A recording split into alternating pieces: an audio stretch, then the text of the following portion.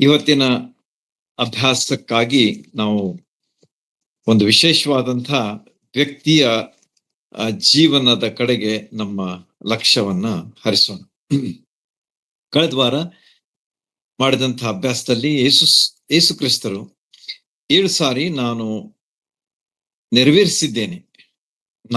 ನೆರವೇರಿಸಿದ್ದೇನೆ ಎಂಬಂತ 7 ವಿಷಯಗಳನ್ನ ನಾವು ಅಭ್ಯಾಸ ಮಾಡಿದೆವು. ಮತ್ತು ಅದರ ಮೂಲಕವಾಗಿ ಯೇಸು ಸ್ವಾಮಿ ಎಷ್ಟು ಪರಿಪೂರ್ಣನಾಗಿದ್ದನು, ಎಷ್ಟು ಅದ್ಭುತನಾಗಿದ್ದನು ಎಂಬಂತಹ ವಿಚಾರವನ್ನು ಸಹ ನಾವು ತಿಳ್ಕೊಂಡೆವು. ಇವತ್ತಿನ ಅಭ್ಯಾಸಕ್ಕಾಗಿ ನಾವು ಈಗಾಗಲೇ ಹೇಳಿದಂತೆ ಹಳೆಯ ಒಡಂಬಡಿಕೆಯಲ್ಲಿ ಈಗಾಗಲೇ ಸಹೋದರರು ಓದಿದಂತಹ ಭಾಗದಲ್ಲಿ ನಮಗ ಕಂಡು ಬರುವಂತಹ ಒಂದು ವ್ಯಕ್ತಿ. ಆ ವ್ಯಕ್ತಿ ಯಾರಂತಂದ್ರೆ ಅಬಿಗೈಲಳು. ಅಬಿಗೈಲಳ ವಿಷಯವಾಗಿ ಬಹಳ ಒಂದು ಒಳ್ಳೆಯ ಒಂದು ಸಾಕ್ಷಿ ಅಥವಾ ಒಳ್ಳೆಯ ಒಂದು ಬರಹ ಅಲ್ಲಿ ನಮಗ ಸಿಗ್ತದೆ. ಸತ್ಯವೇದದಲ್ಲಿ ಅನೇಕ ಸ್ತ್ರೀಯರ ವಿಷಯವಾಗಿ ನಾವು ನೋಡ್ತೇವೆ ಅಥವಾ ಓದ್ತೇವೆ. ಹವಳ ವಿಷಯವಾಗಿ, ಸಾರಳ ವಿಷಯವಾಗಿ, ರೆಬೆಕ್ಕಳು, ರಾಹೇಲಳು, ಹೀಗೆ ಅನೇಕ ವ್ಯಕ್ತಿಗಳನ್ನ, ರೂತಳು, ಎಸ್ತೇರಳು, ಮರಿಯಳು, ಆಮೇಲೆ ನಮಗೆ ಅಪೊಸ್ತಲರ ಕೃತ್ಯದಲ್ಲಿ ಅಕ್ವಿಲ, ಪ್ರಿಸ್ಸಿಲ, ಇವರು, ಹೀಗೆ ಅನೇಕ ವ್ಯಕ್ತಿಗಳನ್ನ ನಾವು ಸತ್ಯವೇದದ ಹೊಸ ಹಳೆ ಒಡಂಬಡಿಕೆಯಲ್ಲಿ ಕಾಣ್ತೇವೆ. ಆದ್ರೆ ಈ ಹೊತ್ತು ನಾವು ಸಮುವೇಲನ ಮೊದಲೇ ಪುಸ್ತಕ 25ನೇ ಅಧ್ಯಾಯ 25ರಿಂದ 35 ವಚನಗಳಲ್ಲಿ ನಮಗೆ ಕಂಡು ಬರ್ತಕ್ಕಂಥ ಅದ್ಭುತ ವಿಚಾರಗಳನ್ನ ಈ ಒಬ್ಬ ವಿಶೇಷವಾದಂತಹ ಸ್ತ್ರೀಯ ಜೀವನದಲ್ಲಿ ನಾವು ಕಂಡುಕೊಳ್ಳೋಣ. ಮತ್ತು ಅದು ಕೇವಲ ನಮ್ಮ ಸಹೋದರಿಯರಿಗೆ ಅಷ್ಟೇ ಅಂತ ಹೇಳಿ ಅಲ್ಲ, ಆದ್ರೆ ಕ್ರಿಸ್ತನನ್ನ ನಂಬಿದಂತಹ ನಮ್ಮೆಲ್ಲರಿಗೂ ಅದೊಂದು ಒಳ್ಳೆಯ ಒಂದು ಪಾಠದ ವಿಷಯವಾಗಿದೆ ಅಂತ ಹೇಳಿ ನಾವು ತಿಳ್ಕೊಳ್ಳೋಣ. ವಿಶೇಷವಾಗಿ ನಮ್ಮ ಸಹೋದರಿಯರಿಗೆ ಇದೊಂದು ಪ್ರೋತ್ಸಾಹದಾಯಕವಾದಂತಹ ಒಂದು ವ್ಯಕ್ತಿಯಾಗಿದೆ ಅಥವಾ ವ್ಯಕ್ತಿತ್ವವಾಗಿದೆ ಅಂತ ಹೇಳಿ ನಾವು ಹೇಳಬಹುದು. ಈ ಒಬ್ಬ ಸ್ತ್ರೀ, ಆಕೆ ಏನಾಗಿದ್ದಳು ಅಂತಂದ್ರೆ ಶಿ ವಾಸ್ ಬ್ಯೂಟಿಫುಲ್ ಆಲ್ಸೋ.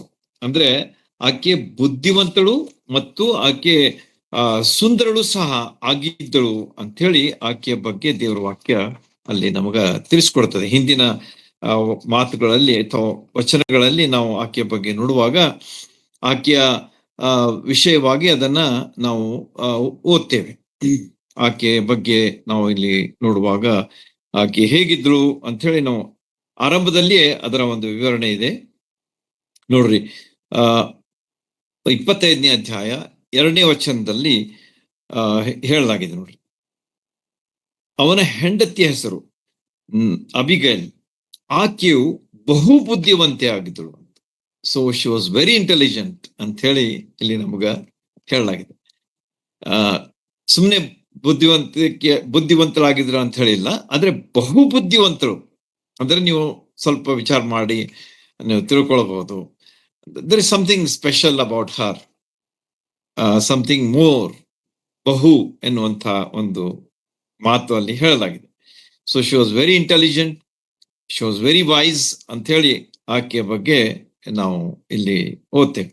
ಎರಡನೇದಾಗಿ ಆಕೆ ಸುಂದರವಾಗಿದ್ದಳು, she was beautiful also to look at ಅನ್ನುವಂತ ಒಂದು ವಿಚಾರ ಇಲ್ಲಿ ನಮಗೆ ಹೇಳಲಾಗಿದೆ. Sometimes we feel that it's a very rare combination ಅಂತ ಹೇಳ್ಬೋದು. ಅಂದ್ರೆ ಇದು ಒಂದು ವಿರಳವಾದಂತಹ ಒಂದು ಕಾಂಬಿನೇಷನ್, ಸೌಂದರ್ಯ ಒಂದು ಬುದ್ಧಿವಂತಿಕೆ, ಇವುಗಳಲ್ಲಿ ನಾವು ಒಂದೇ ಕಡೆ ಇರುವುದನ್ನ ನೋಡುವುದು ಬಹಳ ಕ್ವಚಿತ ಅಥವಾ ವಿರಳ. ಆದ್ರೆ ಈ ಸ್ತ್ರೀಯಲ್ಲಿ ಅಥವಾ ಈ ಒಬ್ಬ ವ್ಯಕ್ತಿಯಲ್ಲಿ 2 ವಿಷಯಗಳು ಇದ್ದವು ಅಂತ ಹೇಳಿ ನೋಡುವಾಗ ಅದು ನಿಜವಾಗಿಯೂ ದೇವರ ಒಂದು ವಿಶೇಷವಾದಂತಹ ಒಂದು ಆಶೀರ್ವಾದ ಆಕೆಯ ಮೇಲೆ ಇತ್ತು ಅಂತ ಹೇಳಿ ನಮಗ ಕಂಡು ಬರ್ತದೆ. So she was beautiful to look at and also she was very wise ಎಂಬುದಾಗಿ ಆಕೆಯ ಬಗ್ಗೆ ನಾವು ಇಲ್ಲಿ ಕಾಣ್ತೇವೆ. ಹೀಗೆ ಆಕೆಯ ಬಗ್ಗೆ ನಾವು ಮುಂದೆ ನೋಡ್ತಾ ಹೋಗೋಣ. ಆಕೆಯ ಬಗ್ಗೆ ನಾವು ನೋಡುವಾಗ ಆಕೆಯಲ್ಲಿರ್ತಕ್ಕಂಥ ವಿಶೇಷವಾದಂತಹ ಗುಣಗಳು ನಮಗೆ ಅಭ್ಯಾಸ ಮಾಡ್ತಾ ಹೋಗುವಾಗ ಕಂಡು ಬರ್ತವೆ. ಜಸ್ಟ್ ನಾನು ನಿಮಗೆ ಮೊದಲಿಗೆ ಹೇಳ್ಬಿಟ್ಟಿರ್ತೇನೆ, so that you can observe these characters in her life as we go further. ಮುಂದೆ ನಾವು ಹೋಗ್ತಾ ಇರುವಾಗ ಈಗ ನಾನು ಹೇಳಿದಂತ ವಿಷಯಗಳು ಅಥವಾ ಗುಣಲಕ್ಷಣಗಳು ಹೇಗೆ ಆಕೆಯಲ್ಲಿ ನಮಗ ಕಂಡು ಬರ್ತವೆ ಎಂಬಂತ ಒಂದು ತಿಳುವಳಿಕೆಯಿಂದ ನೀವು ಅದನ್ನ ನೋಡ್ಕೊಳ್ತಾ ಹೋಗ್ರಿ. ಆಕೆ ಏನಾಗಿದ್ದು ಅಂತಂದ್ರೆ ದೇವರ ವಿಷಯವಾಗಿ ತಿಳಿದವಳಾಗಿದ್ದಳು. She knew god. ನಾವು ಮುಂದೆ ಅದನ್ನ ಕಾಣ್ತೇವೆ. ಜಸ್ಟ್ ನೆನ್ಪಿಟ್ಕೊಳ್ಳಿ ನೀವು, ಆಕೆ ದೇವರನ್ನ ತಿಳ್ಕೊಂಡಿದ್ದು ಹೇಗೆ ಅನ್ನುವಂಥದ್ದು ನಾವು ಮುಂದೆ ಹೋಗುವಾಗ ತಿಳಿದು ಬರ್ತದೆ. ಎರಡನೇದಾಗಿ ಆಕೆ ನಂಬಿದವಳಾಗಿದ್ದಳು. She was a woman of faith. So she was beautiful, she was very wise, she knew God, and now she was a woman of faith ಎಂಬುದಾಗಿ ಅಲ್ಲಿ ಆಕೆ ಬಗ್ಗೆ ಕಾಣ್ತೇವೆ. ಇದನ್ನ ಮುಂದೆ ಹೋಗುವಾಗ ನಮ್ಗೆ ಕಾಣ್ತೇವೆ. ಅದನ್ನ ಜಸ್ಟ್ ನೆನಪಿಟ್ಕೊಡ್ರಿ. ಆಕೆ ಏನಾಗಿದ್ಲು ಅಂತಂದ್ರೆ ದೇವರನ್ನ ಗೌರವಿಸುವಳಾಗಿದ್ದಳು. She was a woman who honoured God. ಬಹಳ ವಿಶೇಷವಾದಂತ ಒಂದು ಗುಣಲಕ್ಷಣ ಇದು. ದೇವರ ಬಗ್ಗೆ ಗೌರವ ಉಳ್ಳವಳಾಗಿದ್ದಳು. ದೇವರಿಗೆ ಮರ್ಯಾದೆಯನ್ನ ಕೊಡುವಂಥವಳು, ಗೌರವವನ್ನು ಕೊಡುವಂಥವಳು, ಮಾನವನ್ನ ಸಲ್ಲಿಸುವವಳು ಆಗಿದ್ದಳು ಎಂಬುದಾಗಿ ಆಕೆಯ ಬಗ್ಗೆ ಮುಂದೆ ಹೋಗುವಾಗ ಕಾಣ್ತೇವೆ. ಅಷ್ಟೇ ಅಲ್ಲದೆ ಇಷ್ಟೆಲ್ಲ ಒಳ್ಳೆಯ ಗುಣಗಳಿದ್ರು ಕೂಡ ಆಕೆ ಏನಾಗಿದ್ದಳು ಅಂತಂದ್ರೆ she was A humble woman.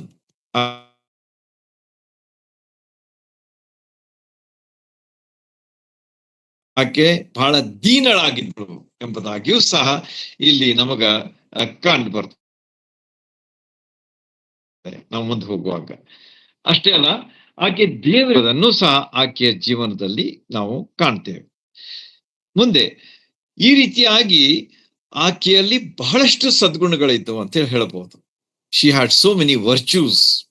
English ನಲ್ಲಿ ಬಹಳ ಸುಂದರವಾದಂತ ಪದ ಇದೆ, ವರ್ಚ್ಯೂಸ್ ಅಂತಂದ್ರೆ ಸದ್ಗುಣಗಳು ಅಂತ ಹೇಳಿ. ಈ ಸದ್ಗುಣಗಳನ್ನೆಲ್ಲ ಈ ಸ್ತ್ರೀ ಅಂದ್ರೆ ಈ ವ್ಯಕ್ತಿ ಯಾರಂತಂದ್ರೆ ಅಬಿಗೈಲಳು. ಆಕೆಯಲ್ಲಿ ಇವೆಲ್ಲವುಗಳನ್ನ ನಾವು ಕಾಣ್ತೇವೆ. ಆಮೇಲೆ ಅಷ್ಟೇ ಅಲ್ಲದೆ ಆಕೆ ದೇವರ ಸಮಯ ಮತ್ತು ದೇವರ ಮಾರ್ಗ ಅದನ್ನ ಆಕೆ ತೋರಿಸ್ತಾ ಇದ್ದಾಳೆ ಇಲ್ಲಿ.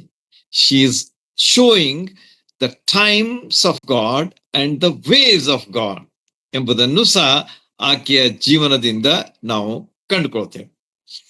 ನೋಡ್ರಿ, ಎಷ್ಟು ಒಂದು ಒಳ್ಳೆಯ ವ್ಯಕ್ತಿ ಇಲ್ಲಿ ನಮಗ ಕಂಡು ಬರ್ತಾ ಇದೆ. ಆದ ಕಾರಣ ಸ್ವಲ್ಪ ಲಕ್ಷ್ಯ ಕೊಟ್ಟು ಕೇಳ್ರಿ. ಇಷ್ಟೆಲ್ಲ ಕ್ಯಾರೆಕ್ಟರ್ಸ್ ಗಳನ್ನ ನಾನು ಹೇಳಿದೆ, ಗುಣಲಕ್ಷಣಗಳನ್ನ ಹೇಳಿದೆ. ಅವುಗಳನ್ನ ನಾವು ಮುಂದೆ ಅಭ್ಯಾಸ ಮಾಡ್ತಾ ಹೋಗುವಾಗ ಹೇಗೆ ಅವು ಇದ್ವು ಅಥವಾ ಎಲ್ಲಿ ಅವು ನಮಗ್ ಕಂಡು ಬರ್ತವೆ ಎಂಬುದನ್ನ ನಾವು ತಿಳ್ಕೊಳ್ಳೋದು ಬಹಳ ಅವಶ್ಯ. ಮುಂದೆ ನಾವು ನೋಡುವಾಗ ದೇವರ ಸಮಯ, ದೇವರ ಕಾಲ, ಆಮೇಲೆ ದೇವರ ಮಾರ್ಗ, ದೇವರು ಯಾವ ರೀತಿಯಾಗಿ ತನ್ನ ಕೆಲಸವನ್ನ ಮಾಡ್ತಾನೆ ಎಂಬುದನ್ನ ಆಕೆ ತೋರಿಸುವಂತಹ ವ್ಯಕ್ತಿಯಾಗಿ ಇಲ್ಲಿ ಕಂಡು ಬರ್ತಾಳೆ. ಹೀಗೆ ವೈಶಿಷ್ಟ್ಯಪೂರ್ಣವಾದಂತಹ ಒಬ್ಬ ವ್ಯಕ್ತಿ ಅಬಿಗೈಲಳು ಆಗಿದ್ದಳು ಅಂಥೇಳಿ ಆಕೆಯ ಬಗ್ಗೆ ನಾವು ದೇವರ ವಾಕ್ಯದಲ್ಲಿ ಕಾಣ್ತೇವೆ. ಆಕೆಯ ಗಂಡ ಯಾರಂತಂದ್ರೆ ನಾಬಾಲ್. ನಾವು ಮೊದಲೇ 25ನೇ ಅಧ್ಯಾಯದ ಮೊದಲನೇ ಭಾಗದಲ್ಲಿ ನಾವು ನೋಡ್ತೀವಿ. 2ನೇ ಒಂದು ವಚನದಲ್ಲಿ ಕರ್ಮೇಲ್ನಲ್ಲಿ ಅವನಿದ್ದಂತ ಸ್ಥಳ ಯಾವುದಾಗಿತ್ತು? ನಾಬಾಲ್ ಅಬಿಗೈಲ್ ಇದ್ದಂತ ಸ್ಥಳ ಕರ್ಮೇಲ್ ಎಂಬುದಾಗಿ ಇಲ್ಲಿ ಹೇಳಲಾಗಿದೆ. ಕರ್ಮೇಲ್ ಬೆಟ್ಟ ನಿಮ್ಮೆಲ್ಲರಿಗೂ ಗೊತ್ತದೆ. ಎಲಿಯ ಪ್ರವಾದಿಯ ಒಂದು ವಿಷಯವಾಗಿ ಬರೆದಂಥ ವೃತ್ತಾಂತದಲ್ಲಿ ಅದು ನಮಗೆ ಕಂಡು ಬರ್ತದೆ. ಅದು ಇಸ್ರಾಯೇಲ್ ದೇಶದಲ್ಲಿ ಒಂದು ಪ್ರಸಿದ್ಧವಾದಂತಹ ಒಂದು ಸ್ಥಳ ಅಂತ ಹೇಳಿ ನಮಗ ಚರಿತ್ರೆಯನ್ನ ಓದುವಾಗ ಅಥವಾ ಅಲ್ಲಿ ನೀವು ಹೋಗಿ ಅಲ್ಲಿ ವಿಸಿಟ್ ಮಾಡಿದ್ರು ಸಹ ನೀವು ಅಲ್ಲಿ ನೋಡ್ತೀರಿ ಕರ್ಮೇಲ್ ಬೆಟ್ಟ. ಹೀಗೆ ಈ ಒಂದು ನಾಬಾಲ್ ಮತ್ತು ಅಬಿಗೈಲ್ ದಂಪತಿಗಳು, ದೀಸ್ ಆರ್ ದ ಕಪಲ್ ಅಂತ ಹೇಳಿ ಇಲ್ಲಿ ನಮಗ ಕಂಡು ಬರ್ತದೆ. ಈ ಒಬ್ಬ ವ್ಯಕ್ತಿ ನಾಬಾಲ್ ಏನಾಗಿದ್ದ ಅಂತಂದ್ರೆ ಸ್ವಾಸ್ಥ್ಯವಿದ್ದಂಥವನಾಗಿದ್ದ. He was a man of inheritance ಅಥವಾ he was a wealthy man. He was a man of properties ಅಂತ ಹೇಳಬಹುದು. ಹೀಗೆ ಸ್ವಾಸ್ಥ್ಯ ಉಳ್ಳಂತ ಒಬ್ಬ ವ್ಯಕ್ತಿ ಯಾರಾಗಿದ್ರು ಅಂತಂದ್ರೆ ನಾಬಾಲ್ನಾಗಿದ್ದ. So he was a rich man, he had lot of assets or properties. ಅವನಿಗೆ ಬಹಳಷ್ಟು ಸ್ವಾಸ್ಥ್ಯ ಇತ್ತು ಎಂಬುದಾಗಿ ಅವನ ಬಗ್ಗೆ ನಾವು ನೋಡ್ತೇವೆ. ಅಷ್ಟೇ ಅಲ್ಲದೆ ಅವನ ಕ್ಯಾರೆಕ್ಟರ್ಸ್ ಏನಿದ್ದು ಅನ್ನುವುದು ಸಹ ನಮಗೆ 3ನೇ ವಚನದಲ್ಲಿ ಇಲ್ಲಿ ಹೇಳಲಾಗಿದೆ. 3rd verse if you just read, ಅಲ್ಲಿ ನಿಮ್ಗೆ ಕಂಡು ಬರ್ತದೆ. ಅವನೇನಾಗಿದ್ದ ಅಂತಂದ್ರೆ ಕಾಲೇಬನ ವಂಶದವನಾಗಿದ್ದ. ನಿಮ್ಮೆಲ್ರಿಗೂ ಗೊತ್ತಿದೆ ಕಾಲೇಬ್ ಯಾರಂತ ಹೇಳಿ. ಯೆಹೋಶುವ, ಕಾಲೇಬ್ ಈ ಇಬ್ಬರು ಏನು, ಈ ಕೇವಲ ಇಬ್ಬರು ಜನರು ಕಾನಾನ್ ದೇಶವನ್ನ ಪ್ರವೇಶಿಸಿದಂಥವರಾಗಿದ್ರು. ಐಗುಪ್ತ ದೇಶ ಬಿಟ್ಟು ಕಾನಾನ್ ದೇಶಕ್ಕೆ ಪ್ರವೇಶಿಸಿದಂಥವ್ರು ಕೇವಲ ಇಬ್ಬರೇ. ಉಳಿದಂಥವರೆಲ್ಲ ಏನಾಗಿದ್ರು ಅಂತಂದ್ರೆ ನೆಕ್ಸ್ಟ್ ಜನರೇಷನ್ದವರಾಗಿದ್ರು. ಐಗುಪ್ತ ಬಿಟ್ಟು ಕಾನಾನ್ ದೇಶ ಸೇರಿದವರಲ್ಲಿ ಕೇವಲ ಇಬ್ಬರಿವರು, ಯೆಹೋಶುವ, ಕಾಲೇಬ್. ಉಳಿದವರೆಲ್ಲ ಮುಂದಿನ ಸಂತಾನದವರಾಗಿದ್ರು, ನೆಕ್ಸ್ಟ್ ಜನರೇಷನ್ದವರಾಗಿದ್ರು. ಯಾಕಂದ್ರೆ ಅವರು ದೇವರ ವಿರುದ್ಧವಾಗಿ ದಂಗೆ ಎದ್ದ ಕಾರಣ ದೇವರು ಅವರೆಲ್ಲರನ್ನ ಅವರು ನಾಶ ಮಾಡಿಬಿಟ್ಟಾಗ ಉಳಿದಂಥವ್ರು ಯಾರು ಅಂತಂದ್ರೆ ನೆಕ್ಸ್ಟ್ ಜನರೇಷನ್ದವ್ರು ಅಷ್ಟೇ ಉಳಿದ್ರು ಮತ್ತು ಅವರು ಕಾನಾನ್ ದೇಶವನ್ನ ಪ್ರವೇಶಿಸಿದ್ರು. ಇವನ್ ಮೋಶೆಗೂ ಸಹ ಅವಕಾಶ ಸಿಗ್ಲಿಲ್ಲ ಎಂಬುದಾಗಿ ನಿಮ್ಮೆಲ್ಲರಿಗೆ ತಿಳಿದಂತಹ ಮಾತು. ಇವೊಂದು he was a great man of God, a great leader of Israelites, but he did not get a chance to enter into Canaan.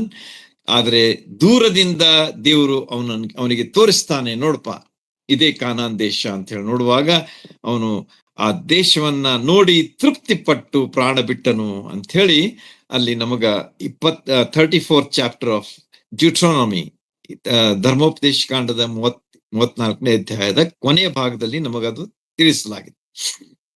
Okay, ಈಗ ಈ ವಿಷಯವಾಗಿ ಮತ್ತೇನ್ ನೋಡ್ತೇವೆ ಈ ನಾಬಾಲ್ನ ವಿಷಯವಾಗಿ ಅಂತಂದ್ರೆ ಬಹುಧನವಂತನಾಗಿದ್ದ ಅಂತ ನೋಡ್ರಿ. ಹೆಂಡತಿ ಬಹುಬುದ್ಧಿವಂತಳಾಗಿದ್ರು, ಗಂಡ ಏನಾಗಿದ್ದ ಅಂತಂದ್ರೆ ಧನವಂತ ಆಗಿದ್ದ ಅಂತ ಹೇಳಿ ಅವನ ಬಗ್ಗೆ ಹೇಳ್ತಾನೆ. ಅಂದ್ರೆ ಅವನಷ್ಟು ಬಹಳ ಹಣ ಇತ್ತು ಅಂತ ಹೇಳಿ ಅದರ ಅರ್ಥ. It was a very rich man, no doubt. ಅವನಿಗೆ 3000 ಕುರಿಗಳು, 1000 ಆಡುಗಳು, 3000 ಶೀಪ್ ಅಂಡ್ 1000 ಗೋಟ್.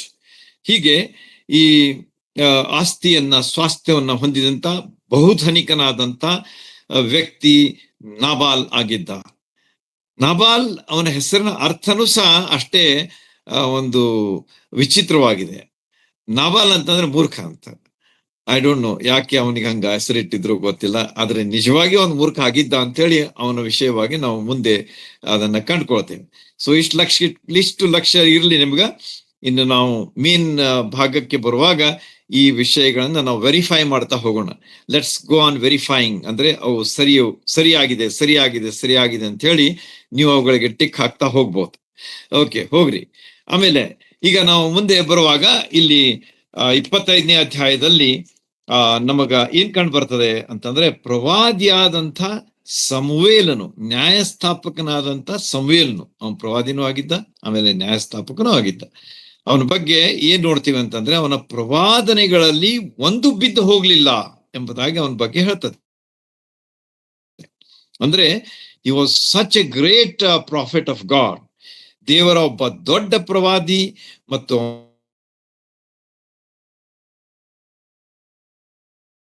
ಅವನು ಪ್ರವಾದಿಸಿದ್ರಲ್ಲಿ ಒಂದೂ ಬಿದ್ದು ಹೋಗಲಿಲ್ಲ ಎಂಬುದಾಗಿ ಅಲ್ಲಿ ಉಲ್ಲೇಖಿಸಲ್ಪಟ್ಟಿದೆ. 9ನೇ ಅಧ್ಯಾಯ 6ನೇ ವಚನ ನೋಡ್ರಿ, ನೋಟ್ ಮಾಡ್ಕೊಡ್ರಿ, ಆಮೇಲೆ ಓದ್ರಿ ಇದನ್ನೆಲ್ಲ ಡೀಟೇಲ್ಸ್.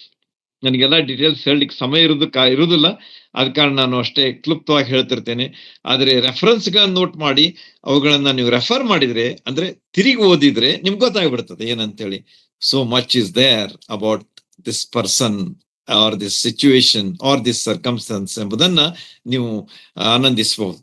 ಹೀಗೆ ಇವನೇನಾಗಿದ್ದ ಅಂತಂದ್ರೆ 9ನೇ ಅಧ್ಯಾಯ 6ನೇ ವಚನದಲ್ಲಿ ನೋಡುವ ಪ್ರಕಾರ ಪ್ರವಾದಿಯಾದಂಥ ನ್ಯಾಯಸ್ಥಾಪಕನಾದಂಥ ಸಮುವೇಲನು ತೀರಿ ಹೋಗ್ತಾನೆ.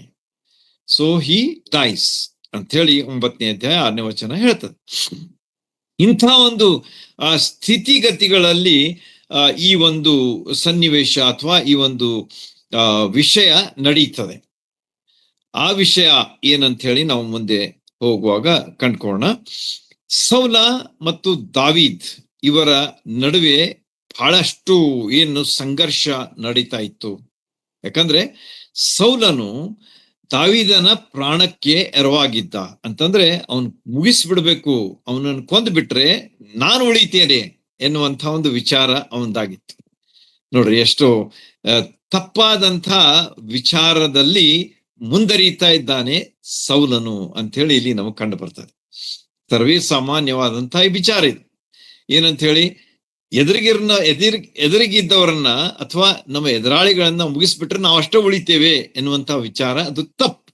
ದಟ್ ಈಸ್ ರಾಂಗ್ ಎಂಬುದನ್ನ ನಾವು ತಿಳ್ಕೊಂಡಿರ್ಬೇಕು. Nothing is in our hands. ನಾವು ಏನೇ ಮಾಡಿದ್ರು ಅದು ಆಗುದಿಲ್ಲ ಎಂಬುದನ್ನ ನಾವು ತಿಳ್ಕೊಂಡಿರ್ಬೇಕು. ತಪ್ಪಾದ ರೀತಿಯಿಂದ ನಾವು ಯಾವಾಗಲೂ ಕೆಲಸ ಮಾಡಬಾರದು. ಇಲ್ಲಿ ಈ ವ್ಯಕ್ತಿ ಏನ್ ಮಾಡ್ತಾ ಇದ್ದಾನೆ ಸೌಲ ಅಂತಂದ್ರೆ, ಅಭಿಷಕ್ತನಾಗಿದ್ದ ನಿಜ, ಆದರೆ ಅಭಿಷಕ್ತನ ವಿರುದ್ಧವಾಗಿ ಅವನು ಏನ್ ಮಾಡ್ತಾ ಇದ್ದಾನೆ, ಅವನ ಪ್ರಾಣಕ್ಕೆ ಎರವಾಗಿದ್ದಾನೆ. ಅವನ ಪ್ರಾಣ ತೆಗೆದು ಹಾಕ್ಬೇಕು ಅವನನ್ನ, ಅಂದ್ರೆ ನಾನು ಉಳಿದು ಬಿಡ್ತೇನೆ. I will stay and he will die, I will kill him ಎಂಬುದಾಗಿ ಸೌಲನು ದುರುದ್ದೇಶದಿಂದ ಕೂಡಿದವನಾಗಿ ದಾವೀದನನ್ನ ಬೆನ್ನಟ್ಟುತ್ತಾ ಇರ್ತಾನೆ. ನೀವು ಓದ್ರಿ ಅದನ್ನ ಹಿಂದಿನ ಅಧ್ಯಾಯಗಳಲ್ಲಿ ನಿಮಗೆ ಗೊತ್ತಾಗ್ತದೆ. 19 ಪ್ಲೇಸಸ್ ನೋಟ್ ಮಾಡ್ಕೊಡ್ರಿ, ಬಹಳ ಇಂಟ್ರೆಸ್ಟಿಂಗ್ ಇದೆ ಇವೆಲ್ಲ. 19 ಸ್ಥಳಗಳಲ್ಲಿ ದಾವೀದನು ಹೋಗಿ ಅಡಗಿಕೊಳ್ಬೇಕಾಗ್ತದೆ. He is running for his life. ತನ್ನ ಜೀವ ಉಳಿಸ್ಕೊಳ್ಳುವುದಕ್ಕಾಗಿ ದಾವೀದನು ಒಂದು ಸ್ಥಳ ಬಿಟ್ಟು ಮತ್ತೊಂದು ಸ್ಥಳಕ್ಕೆ, ಮತ್ತೊಂದು ಸ್ಥಳ ಬಿಟ್ಟು ಮೂರನೇ ಸ್ಥಳಕ್ಕೆ, ಮೂರನೇ ಸ್ಥಳ ಬಿಟ್ಟು ನಾಲ್ಕನೇ ಸ್ಥಳಕ್ಕೆ, ಹೀಗೆ ಆತನು ತನ್ನ ಪ್ರಾಣ ಕಾಪಾಡುವುದಕ್ಕಾಗಿ 19 ಸಾರಿ ಅವಿತುಕೊಳ್ಳುವಂತ ವಿಷಯವನ್ನ ನೀವು ಈ 25 ಅಧ್ಯಾಯಗಳಲ್ಲಿ ನೀವು ಓದುವಾಗ ಕಂಡುಕೊಳ್ತೀರಿ. ಸಮುವೇಲನ ಮೊದಲೇ ಪುಸ್ತಕದ 25 ಅಧ್ಯಾಯಗಳನ್ನ ನೀವು ಅವಲೋಕಿಸ್ತಾ ಬರುವಾಗ ಕಂಡುಕೊಳ್ತೀರಿ. 19 times he has to hide. ಆದ್ರೂ ಕೂಡ ಸೌಲನು ಅವನನ್ನ ಬಿಡುದಿಲ್ಲ. ಅವನೇನ್ ಹೇಳ್ತಾನೆ, ನಾನು ಇವನ್ನ ಮುಗಿಸೇ ಬಿಡ್ತೇನೆ ಎನ್ನುವಂತ ರೀತಿಯಲ್ಲಿ ಬೆನ್ ಹತ್ತಿ ಅವನಿಗೆ ಬಹಳ ತೊಂದರೆ ಕೊಡ್ತಾನೆ ಎಂಬುದನ್ನ ನಾವು ದಾವೀದನ ಜೀವನದಲ್ಲಿ ಕಂಡುಕೊಳ್ತೇವೆ. It was just like hide and seek.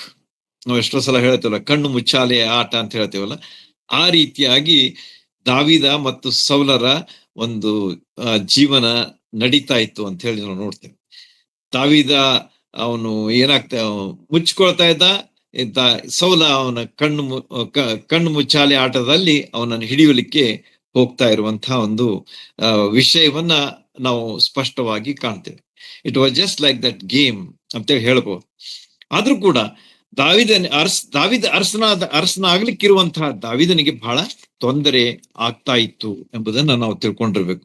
ಯಾಕಂದ್ರೆ ಕೆಲವು ಸಲ ಆತನು ಗವಿಗಳಲ್ಲಿ ಅವಿತ್ಕೊಳ್ತಾ ಇದ್ದ, ಕೆಲವುಗಳಲ್ಲಿ ಆತನು ಬಹಳ ಕಠಿಣವಾದಂತ ಸ್ಥಳಗಳಲ್ಲಿ, ಗುಡ್ಡದಲ್ಲಿ, ಆಮೇಲೆ ಕೆಲವು ಸ್ಥಳ ಬಹಳಷ್ಟು ಕೊಳ್ಳಗಳಲ್ಲಿ, ಈ ರೀತಿಯಾಗಿ ಆತನು 19 ಸಾರಿ ಅವಿತುಕೊಳ್ಳುವಂತಹ ಒಂದು ಸ್ಥಿತಿಯನ್ನ ನೀವು ನೋಡಿದ್ರೆ ಯು ಕ್ಯಾನ್ ಜಸ್ಟ್ ಇಮ್ಯಾಜಿನ್ ಹೇಗೆ ಅವನ ಸ್ಥಿತಿ ಇರಬಹುದು, ಮನೋಸ್ಥಿತಿ ಹೇಗಿರಬಹುದು ಎಂಬುದಾಗಿ ನೀವು ಊಹಿಸ್ಲಿಕ್ಕೆ ಸಾಧ್ಯ. ಅವನು ತನ್ನ ಪ್ರಾಣ ಉಳಿಸ್ಕೊಳ್ಳೋದಕ್ಕಾಗಿ ಅವನಿಗೆ ಬೇರೆ ಹಾದಿನೇ ಇರಲಿಲ್ಲ. ಅವನು ಆ ರೀತಿಯಾಗಿ ತಪ್ಪಿಸಿಕೊಳ್ಳೋದಕ್ಕಾಗಿ ಹೋಗಲೇಬೇಕಾಗ್ತಿತ್ತು ಎಂಬುದಾಗಿ ನಮಗ ಇಲ್ಲಿ ಕಂಡು ಬರ್ತದೆ. ಆಮೇಲೆ ಏನಾಗ್ತದೆ ಅಂತಂದ್ರೆ, ಈಗ ಅರಸನಾದಂಥ ಅಂದ್ರೆ ಅರಸಲಾಗ್ಲಿಕ್ಕಿರ್ತಕ್ಕಂಥ ದಾವೀದನು ಒಂದು ಸ್ಥಳದಲ್ಲಿ ಇದ್ದಾನೀಗ. ಆಮೇಲೆ ಈ ನಾಬಾಲ್ ಎಲ್ಲಿದ್ದಾನಂತಂದ್ರೆ ಮಾವೋನ್, 2ನೇ ವಚನದಲ್ಲಿ ನಾವು ಅದ್ರ ಬಗ್ಗೆ ಓದ್ತೇವೆ. ಮಾವೋನಿನಲ್ಲಿ ವಾಸಿಸ್ತಿದ್ದ. ಯಾರು? ನಾಬಾಲ್. ಈಗ ದಾವೀದನು ಎಲ್ಲಿದ್ದಾನೆ ಅಂತ ಹೇಳಿ, ಅದೇ just it was A near by place. ಆ ಸ್ಥಳದಲ್ಲಿ ಅವಿತುಕೊಂಡಿದ್ದ ದಾವೀದ್.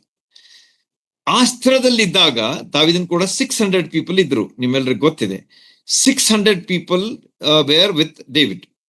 ಅವರೆಲ್ಲ ಏನ್ ಮಾಡ್ತಾ ಇದ್ರು ಅಂತಂದ್ರೆ, ಈ ನಾಬಾಲನ 1000 ಕುರಿಗಳು, 3000 ಕುರಿಗಳು, 1000 ಆಡುಗಳು ಅವ್ರು ಮೇಯಿಸ್ಲಿಕ್ಕೆ ಹೋದಾಗ ದಾವೀದನ ಜನರು ಅವುಗಳಿಗೆ ಆಶ್ರಯ ಕೊಡ್ತಾ ಇದ್ರು. They were protecting his animals. ನಾಬಾಲನ ಪ್ರಾಣಿಗಳನ್ನ ಸಂರಕ್ಷಿಸುವಂತ ಕೆಲಸವನ್ನು ಯಾರು ಮಾಡ್ತಾ ಇದ್ರು ಅಂತಂದ್ರೆ ದಾವೀದನ ಜನರು ಮಾಡ್ತಾ ಇದ್ರು ಎಂಬುದಾಗಿ ನೀವು ಓದಿದಾಗ ತಿಳಿದು ಬರ್ತದೆ.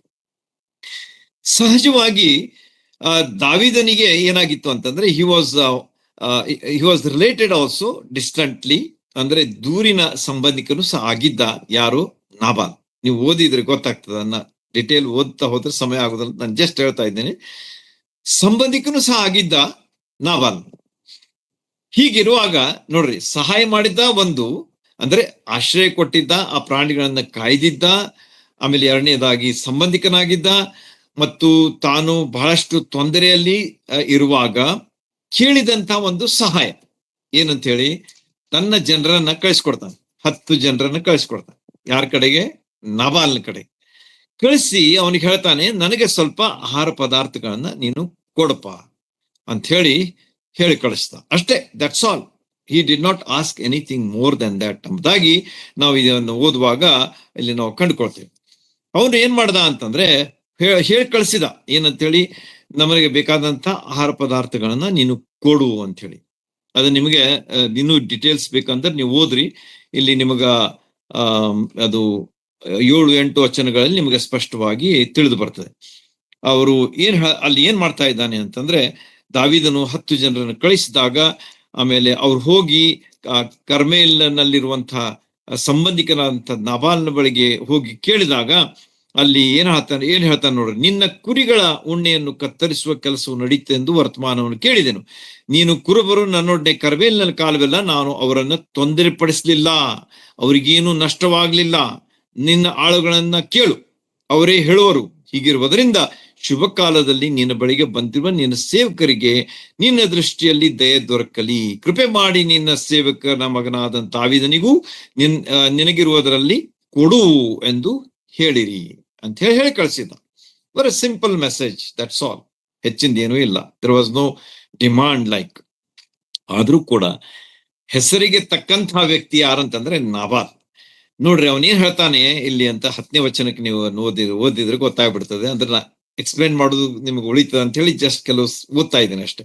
10ನೇ ವಚನಕ್ಕೆ ಬಂದಾಗ ನಾಬಾಲ್ ಹೇಳ್ಬಿಟ್ಟ ಅವ್ರಿಗೇನು, ದಾವೀದನ ಯಾರು? ಈಶನ ಮಗನ ಯಾರು? ಯಜಮಾನರನ್ನು ಬಿಟ್ಟು ಓಡಿ ಹೋದ ಸೇವಕರು ಈಗಿನ ಕಾಲದಲ್ಲಿ ಎಷ್ಟು ಮಂದಿ ಇಲ್ಲ ಎಂಬುದಾಗಿ ಕೇಳ್ತಾ ಇದೆ. ಅಂದ್ರೆ ಸೌಲನ್ ಬಿಟ್ಟು ಓಡಿ ಹೋಗಿನವನು, ಯಜಮಾನನ ಬಿಟ್ಟು ಓಡಿ ಹೋದಂತ ವ್ಯಕ್ತಿ ಎನ್ನುವಂತ ದೃಷ್ಟಿಕೋನದಿಂದ ಅವನು ಈ ವಿಷಯವನ್ನು ಮಾತಾಡ್ತಾ ಇದ್ದಾನೆ. ಆದ್ರೆ ನಿಜವಾದಂತಹ ವಿಷಯ ಏನಿತ್ತು ಎಂಬುದು ಅವನಿಗೆ ಗೊತ್ತಿರಲಿಲ್ಲ ಅಂತ ಅನಿಸ್ತದೆ. ಯಾಕಂದ್ರೆ ಒಂದ್ ವೇಳೆ ದಾವೀದ ಸೌಲನ್ ಕೊಡಿದ್ದರೆ ಅವನನ್ನು ಕೊಂದು ಹಾಕ್ಬಿಡ್ತಿದ್ದ. ಅದು ಗೊತ್ತಿತ್ತಿಲ್ಲೋ, ಅಥವಾ ಅಷ್ಟು ವಿಚಾರ ಮಾಡಿದ್ದಿಲ್ಲೋ, ಅಥವಾ ಅಷ್ಟು ಅವನ ವಿಚಾರ ಶಕ್ತಿ ಇತ್ತು ಇಲ್ಲೋ ಅನ್ನುವಂಥದ್ದು ನಿಮ್ಗೆ ಗೊತ್ತಾಗ್ತದೆ ಇಲ್ಲಿ. ಆಮೇಲೆ ಏನಾಯ್ತು ಅಂತಂದ್ರೆ, ಉಣ್ಣೆ ಕತ್ತರಿಸುವವರೆಗೆ ನಾನು ಸಿದ್ಧ ಮಾಡಿದ ಮಾಂಸ ಆಹಾರವನ್ನು ಪಾನಗಳನ್ನು ಎತ್ತಿ ಎಲ್ಲಿಂದಲೋ ಬಂದವರಿಗೆ ಕೊಟ್ಟು ಬಿಡ್ಲೋ ಎಂದು ಉತ್ತರ ಕೊಟ್ಟನು. ನೇರವಾಗಿ ಧಿಕ್ಕರಿಸಿಬಿಟ್ಟ. ಹಿ ರಿಜೆಕ್ಟೆಡ್ ದ ಆಫರ್.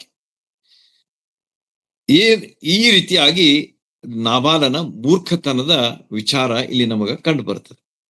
ಈಗ ಈ ಒಂದು ವಿಚಾರವನ್ನ ಹೋಗಿ ಹೇಳಿಬಿಟ್ರು ಅವ್ರು. ಯಾರು? ಈ 10 ಜನ ಕೇಳಿದ ಈ ನಾಬಾಲನ ಕಡೆಗೆ ಬಂದು ಮಾತಾಡಿದಂತಹ ವ್ಯಕ್ತಿಗಳು ಅವನ ಉತ್ತರವನ್ನ ಹೋಗಿ ದಾವೀದನಿಗೆ ಮುಟ್ಟಿಸಿಬಿಟ್ರು ಎಂಬುದಾಗಿ ನಮಗ ತಿಳಿದು ಬರ್ತದೆ.